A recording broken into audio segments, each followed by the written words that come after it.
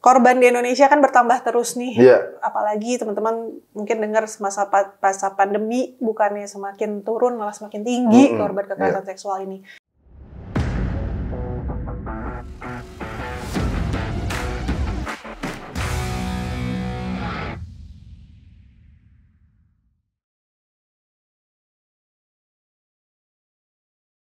Kembali lagi di konten politisi, di mana kita akan ngobrol-ngobrol politik bersama ahli politik, bersama ahli logika, dan saya adalah warga lokal. Oke. Ya, di sini udah ada Dea, dan kita akan ngobrolin tentang kekerasan seksual nih. Oke. Karena kemarin isunya lagi baru banget naik lagi ya, pas orang-orang pada bahas Permendikbud kekerasan seksual, sebelumnya lagi ada RUU PKS, dan karena sampai sekarang RUU PKS kan masih diprokontrakan lah ya, karena belum sah juga, jadi orang-orang masih berdebat nih gitu, undang-undang ini mesti sah atau enggak. Nah, Dea di sini mau sharing perspektif tentang itu, Muslim. Tapi dari kamu dulu ada pertanyaan nggak? Tentang kekerasan seksual ini. Ternyata kan ada yang nolak tuh RUU PKS. Nah, kalau yang ini ini kan saya warga nih kan, melihatnya kan RUU PKS kan melindungi orang dari kekerasan seksual. Nah, tapi kenapa ada yang nolak? Emang isinya apa? Kok ditolak gitu? Oke. Aku boleh cerita, berarti ini perspektif yang sebetulnya di luar PSI ya, karena kita di PSI sudah sejak awal terus-terusan untuk mendorong RUU PKS ini untuk maju gitu.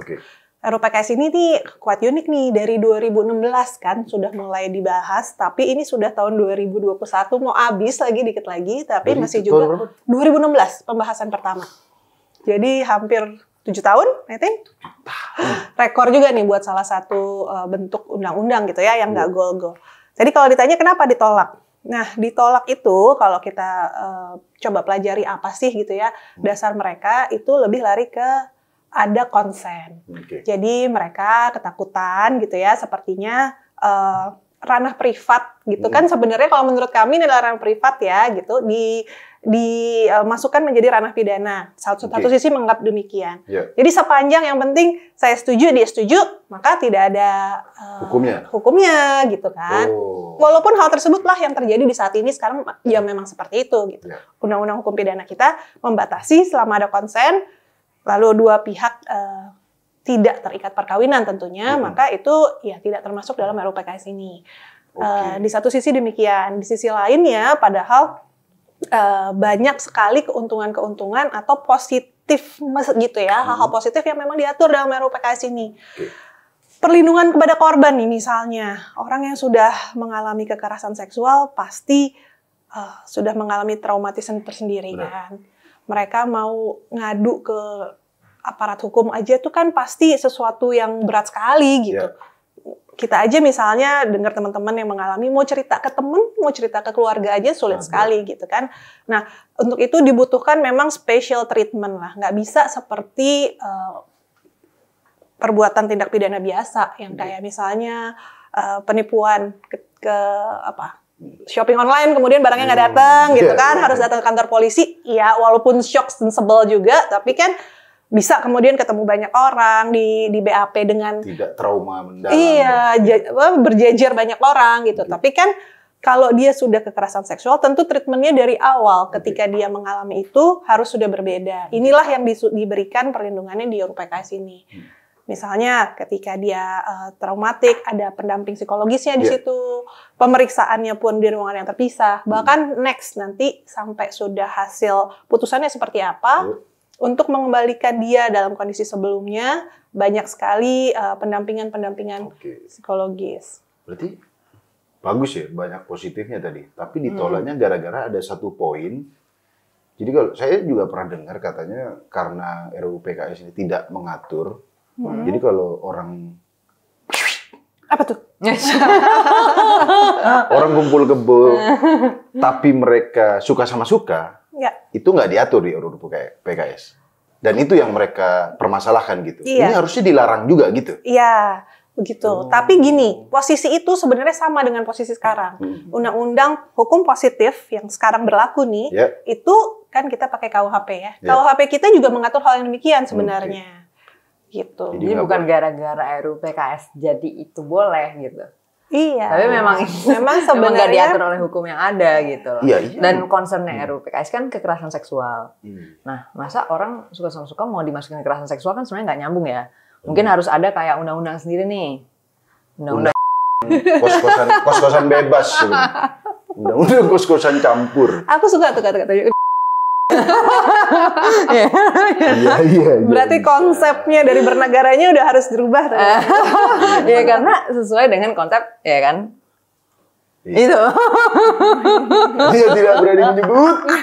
Tapi memang kalau dari saya, pandangan saya, memang kalau urusan ya itu kan urusan dosa gitu. Menurut saya kalau orang mantap-mantap, tidak ada kekerasan di situ, tidak ada paksaan. Menurut saya itu jatuhnya dosa, bukan dihukum. Itu seperti ya durhaka. Durhaka Tapi orang gini, tua masa dipenjara. mungkin ada salah satu poin pentingnya juga di sini. Kalau dia itu dilakukan oleh anak di bawah umur. Nah, di bawah umurnya juga kan kita gini, anak-anak kita kan sekarang membatasi anak di bawah umur 16-19 tahun.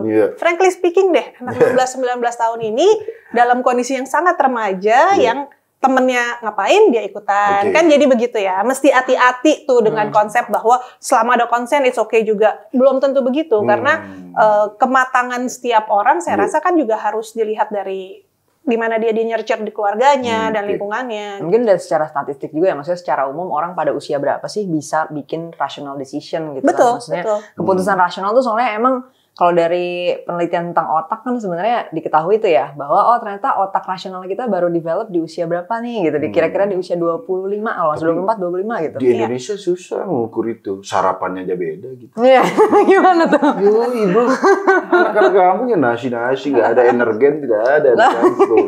Terus tontonannya juga beda. Oh, tonton. Iya, jadi dari ukuran-ukuran kayak gitu kita bisa memperkirakan tadi di usia berapa ya kira-kira orang bisa bikin keputusan untuk sebesar itu, untuk sekrusial itu dengan baik gitu lah ya, maksudnya dengan sehat, dengan mengetahui risiko-risikonya, konsekuensinya dan lain sebagainya. Nah, jadi mungkin di usia 16 agak terlalu muda sebenarnya. Sedangkan itu batasan yang berlaku di undang-undang. Iya, jadi kalau 19 sekarang tahun. ini 16 tuh udah bisa. Kalau umur aja, pendidikan aja. Maksudnya kalau udah kuliah, gimana? Agak diskriminatif in a way ya, karena kalau orang misalnya harus kuliah untuk bisa membuat pilihan-pilihan. Oh, lulus SMA. Nah, tidak semua orang juga bisa lulus SMA loh. Susah sekali. Data pendidikan kita membuktikan yang terbesar adalah lulusan SMP loh. Demografis kita I think 53%. Atau dibikin tes aja kayak lisensi driving gitu loh. SIM kan SIM ada tesnya. Surat izin mesum. Iya, kalau berdasarkan pendidikan susah juga ya. Takutnya anak yang lulusan SMP, kenapa kamu tidak mesum? Belum mesum. Emang nggak punya biaya. Terus alasan sekolahnya juga jadi aneh. Kenapa kamu mau sekolah? Kenapa mau sekolah? Aku sudah tidak tahan. Ya, tapi kalau aku sih, kalau misalnya memang nanti dimasukin pidana, tapi aku nggak setuju di penjara sih. Kalau mau direhab aja. Ini saran bentuk rehabnya apa misalnya? Dia masukin satu ruangan atau tinggal di suatu tempat, dikasih internet, tapi terbatas internetnya, kena ini apa namanya? Internet sehat. Internet sehat. Positif. Itu pasti penyiksaan banget. Situs tidak bisa. Ya. Anak zaman sekarang stres ya itu ya.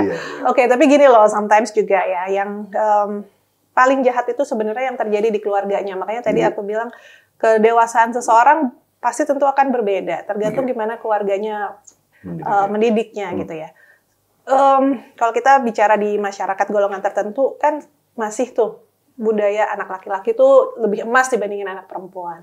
Si anak perempuan ini justru sana cari pasangan secepatnya gitu, sehingga si orang tua menjadi kehilangan bebannya ketika si anak perempuan ini menikah, tidak menjadi beban dia lagi. Sedangkan si anak laki-laki itu diberikan kesempatan privilege untuk kalau ada dana dia akan yang lebih dipreferensi untuk pergi sekolah lanjut. Jadi ya memang susah ya pendidikan di awal nih dari mulai keluarga yang harus kita benahin sebenarnya. Nah sekarang tadi kan kalau orang sudah nikah itu masih berlaku nggak RUU PKS? Masih berlaku. dong. Masih. Oh iya, kalau kekerasan Bahkan ya. ada kekerasan. Oh iya, itu yang dalam rumah diributin tangga, juga. Itu yang KDRT. diributin juga deh. Kalau pemaksaan, misalnya kan ada ceramah-ceramah. Istri tidak mau nih, saya capek nih. Dan pasti ada agama tertentu yang memakai alasan tidak boleh menolak suami. Misalnya dipaksa nih, bisa nggak itu dilindungi? Suami saya barbar. Ya, itu diatur di situ. Bisa nggak masuk itu? Kan karena dia nggak konsen, meskipun sudah menikah ya, sudah halal, sudah legal lah, sudah boleh lah. Desa. Gitu. Tapi kan ada pemaksaan di situ. Boleh nggak istri lapor? Kalau itu nggak usah sampai ke sana. Sekarang kita punya undang-undang KDRT. Di undang-undang KDRT pun sudah diatur. Sorry, tapi nggak KDRT. Tapi nggak dipukul, cuma dipaksa gitu. Loh, pemaksaan itu bentuknya bukan hanya dengan dicek gitu ya. Tapi pemaksaan bahkan kata-kata yang harus pokoknya. Oke. Gitu aja tuh sudah termasuk kekerasan verbal. Kekerasan dan pemaksaan dalam rumah tangga. Soalnya kan orang konteksnya menganggap mungkin istri saya tidak saya pukulin gitu, tapi dipaksa-paksa. Apalagi dengan bawa agama. Termasuk kekerasan berarti ya? Termasuk kekerasan, bahkan membandingkan nih misalnya, kamu kok tidak secantik tetangga sebelah sih? Itu sudah kekerasan verbal. Hati-hati loh. Berarti perhatikanlah di mana ada tinggal ya. Kalau bisa sebatang karan ya kan. Oh gitu ya. Berarti bisa tetap berlaku ya. Ya, jadi itu udah dilindungi bahkan sebenarnya dalam KDRT ya. Iya. Jangan sampai pemukulan, kekerasan verbal juga. Tapi dilaporinya gimana tuh? Ya, kan biasanya nggak ada buktinya. Nah, oke, undang-undang KDRT itu cukup spesifik karena kalau dilakukan dialami oleh korban, tidak usah ada 2 orang saksi. Jadi si korban ini sudah cukup mewakili kepentingan pembuktian dengan 1 orang korban. Gitu. Enaknya itu di situ. Iya, nggak usah ada yang menyaksikan ya kan. Masa rumah dia ada yang ngintip ya kan. Nah, tapi terus alat buktinya berarti apa? Ya, tadi alat bukti saksinya bisa diganti dengan korban. Kedua, kalau emang dia psikis, dia bisa tes psikologi, nanti hasil psikologi. Kalau dia kemudian ke fisik, ya dia visum. Visumnya. Berarti bagus dong ini. Iya, jauh lebih advance. Bahkan ini KDRT udah berlaku. Udah berlaku ya. Tapi dalam RUU PKS juga ada lagi klausul itu. Karena kalau KDRT hanya untuk lingkup keluarga saja kan, tetapi kalau untuk RUU PKS itu bisa dilakukan lebih siapa saja. Tapi banyak nggak yang lapor RUU KDRT di Indonesia? Sepanjang yang tahu banyak. Ya, sepanjang saya tahu banyak. UU ya, udah jadi undang-undang kalau KDRT. Bukan RUU lagi. Oke, laporannya sampai verbal gitu ada juga? Banyak, ada. Terus terang saya pernah pengalaman jadi lawyer juga kan, masih lawyerin juga sekarang. Saya pernah menangani itu case seperti itu, di mana tapi ini cukup menarik karena yang mengalami kekerasan itu si laki-laki. Jadi si laki-laki ini kebetulan kondisinya, aku cerita dikit boleh nih? Boleh, silakan. Istrinya yang bekerja, jadi dia merasa superior begitu ya, karena suaminya kalau nggak kerja sih kurang ada gunanya sepertinya gitu ya. Jadi terus menerus dikata-katain nih sama istrinya.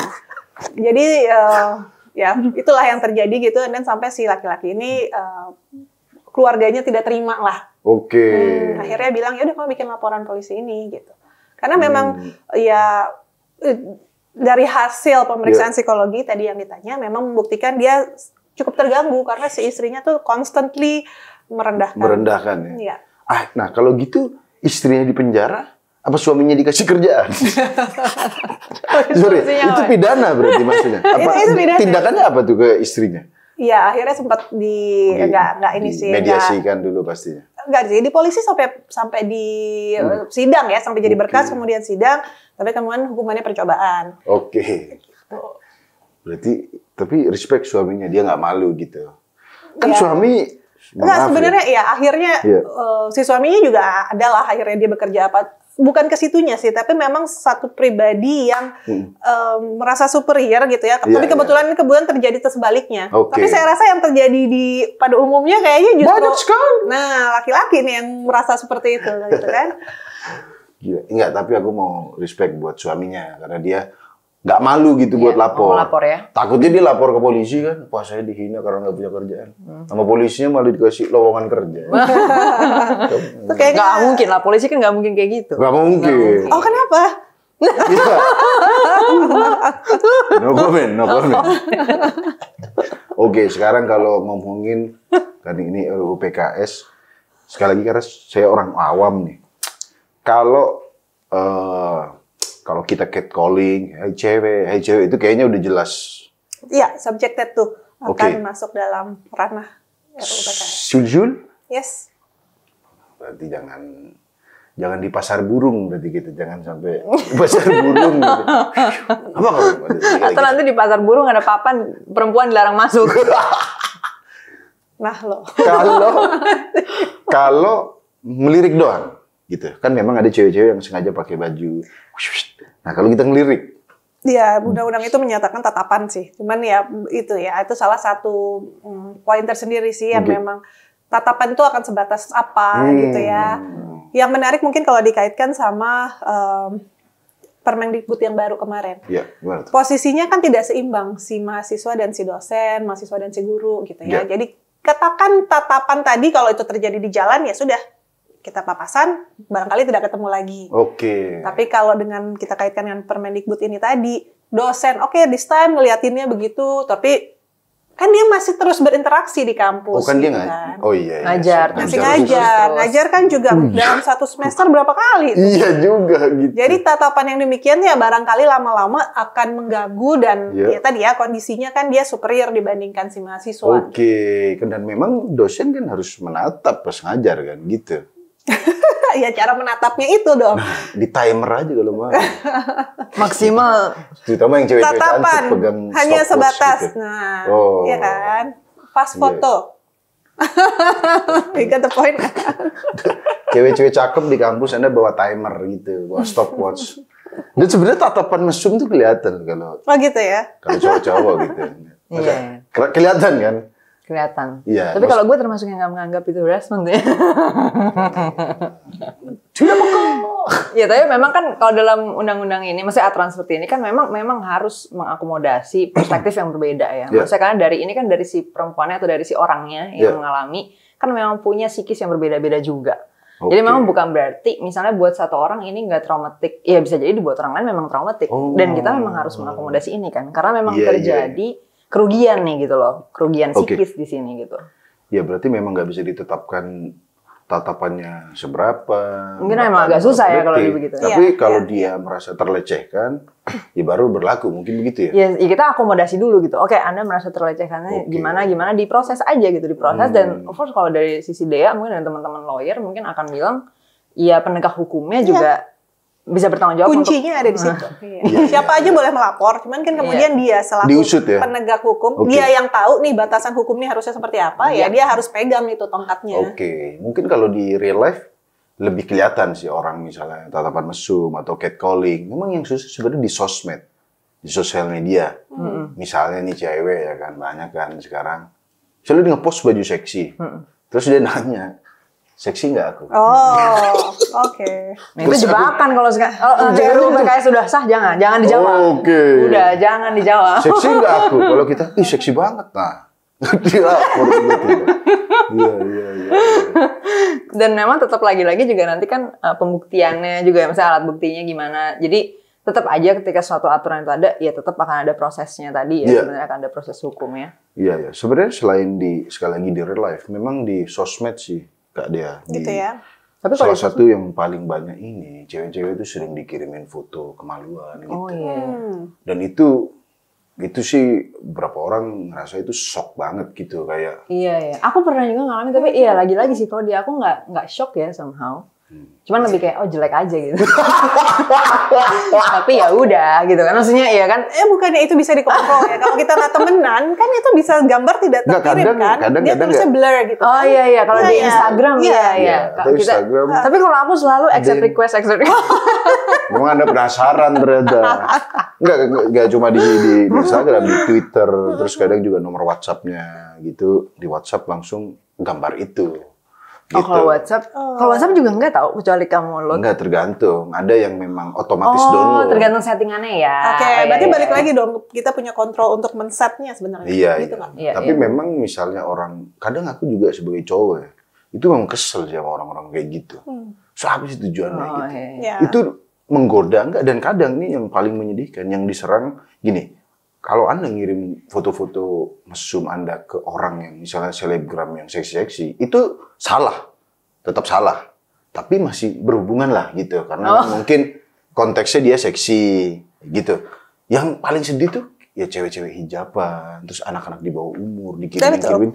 Anak-anak di bawah umur ya, betul. Oh, ada anak-anak. Oh ya, anak kecil juga. Ya, dan kadang nggak ngancam apa-apa, cuma ngirim gitu. Iya. Iya. Ya, again, tapi untung kita masih punya filternya ya. Kalau kita tidak kenal nomornya, gambar yang terkirim di kita kan blur kan. Bisa dibegitukan. Tapi bisa, itu dilaporin ya. Kalau ada RUU PKS ya bisa ya? Saya rasa nggak usah RUU PKS, kita punya undang-undang pornografi sekarang. Di KUHP pun ada, ITE pun bisa, bisa berlapis tuh, sudah dilindungin sekarang. Kalau di media sosial bener ada, kan ada ITE, ITE ada masalah, tapi ada juga bagian yang ada juga bagian yang memang benar-benar melindungi kita semua. Melindungi. Ya, selalu ada dua sisi mata uang. Once kita mencoba menegakkan sesuatu dengan tegas, akan mudah mengkaret ke sana ke sini, gitu. Ya. Setuju. Tapi pelaporannya tuh harus ke aparat nggak? Apakah ada nanti setelah RUU PKS resah, apa nggak? Apa ada cara mudah gitu? Misalnya untuk melaporkan, kadang orang tuh dia udah trauma, dia harus mesen Grab ke kantor polisi, Grab, masih isi GoPay kan agak lama. Belum lagi malu gitu. Wah, gitu. Betul. Ya, kalau di situ memang kita siapkan gitu ya, beberapa perangkat misalnya nanti ada kayak special committee lah gitu, yang lebih melindungi. Di situ ada elemennya macam-macam. Ada dokternya, ada rohaniawannya, ada psikolognya gitu. Jadi orang tidak harus pergi ke kantor polisi, bikin BAP menceritakan apa yang dialaminya, berdampingan dengan orang-orang lain, sehingga yang dengar kan jadi banyak orang. Nggak perlu kayak gitu, ada cara praktis nanti. Lebih terlindungi buat orang korban. Diperkosa cerita ada orang-orang rame kan, jadi ini apa stand up komedi ya Bang? Oh ditontonin. Iya ditontonin. Malah tambah trauma lagi. Iya makanya kan katanya gitu ya. Korban kekerasan seksual katanya traumanya 2 kali. Karena dia mengalami dan menceritakan. Apalagi kalau menceritakan, dianggap remeh. Ada itu kejadian di polisi Irlandia. Iya, betul. Bukan di Indonesia. Di Indonesia nggak ada, selalu diusut. Iya, betul. Oke. Cukup terjawab semuanya. Dea, terima kasih banyak. Ada yang mau disampaikan lagi? Closing? Ya, intinya RUU PKS ini sangat-sangat penting. Korban di Indonesia kan bertambah terus nih. Apalagi teman-teman mungkin dengar masa pandemi bukannya semakin turun, malah semakin tinggi korban kekerasan seksual ini. Jadi ya udah nggak bisa menunggu lagi, udah dari 2016, sekarang udah 2021 udah mau habis ya harus sesegera mungkin karena kita harus menghentikan kekerasan perempuan dan anak-anak. Kalau itu kita biarin, itu akan terus mengulang lagi, nanti generasi berikutnya dia akan tidak tumbuh optimal, akan begitu lagi dan mengulang lagi terus-menerus. Oke. Thank you yang udah nonton semuanya, nanti sampai ketemu di episode politisi berikutnya.